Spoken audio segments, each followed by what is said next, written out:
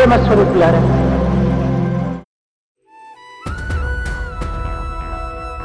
Sir, ನಾನು ಇಲ್ಲಿ Ganapati temple ಹತ್ರ ಇದ್ದೀನಿ ಸರ್.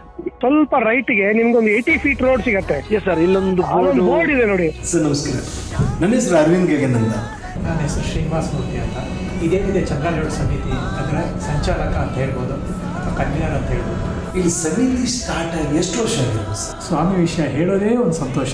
ನೀವು ಕೇಳೋದು ಹೆಚ್ಚು, ನಾನು ಹೇಳೋದು ಹೆಚ್ಚು. ಸಕ್ಕರೆ pongal of goodwill apartments is super.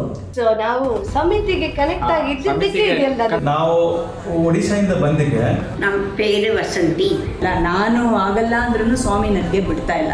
ಭಕ್ತಿ, ಬಾಬಾ ಮತ್ತು ಭಜನೆ. The Chandralayut Samiti is having army of Sai devotees.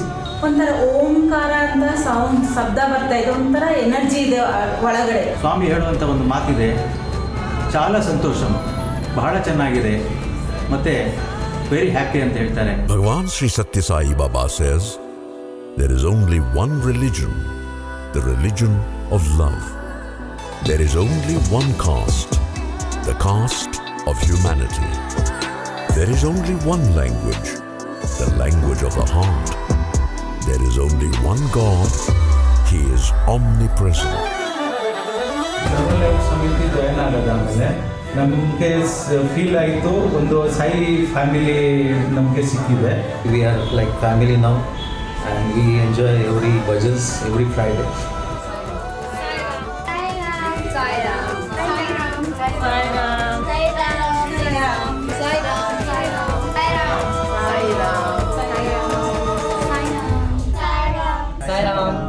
ಒಂದು ಸಮಿತಿಯಿಂದ ನಮ್ಮ ಇಡೀ ಲೈಫ್, ನಮ್ಮ ಇಡೀ ಫ್ಯಾಮಿಲಿ ಯಾವ ಥರ ಟ್ರಾನ್ಸ್ಫಾರ್ಮೇಷನ್ ಆಯಿತು ಅಂತ ಹೇಳೋದಕ್ಕೆ ಇದೊಂದು ಒಳ್ಳೆಯ ಉದಾಹರಣೆ ಅಂತ ಹೇಳಲಿಕ್ಕೆ ಇಚ್ಛೆಪಡ್ತೇನೆ. ಅದೇ ಹೇಳ್ತೀನಲ್ಲ, ಸಮಿತಿಗೆ ಬಂದರೆ ಭಜನ್ ಕೇಳಿದ್ರೆ ನಾವು ಮರ್ತೋಗ್ತೀವಿ, ನಮ್ಮನ್ನೇ ಮರ್ತು ಬಿಡ್ತೀವಿ. ಹಾಗಾದ್ರೆ ಅರವಿಂದ್ ಅವರೇ, ನೀವತ್ತು ಹೋಗಿದ್ರಿ ಏನ್ರಿ?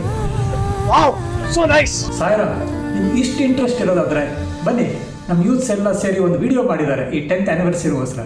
ನಿಮಗೆಲ್ಲ ತೋರಿಸ್ತೀನಿ ಬನ್ನಿ. ಕರ್ನಾಟಕದಲ್ಲಿ ಮೊದಲನೇದಾಗಿ ಹೆಸರು ಸತ್ಯಂ.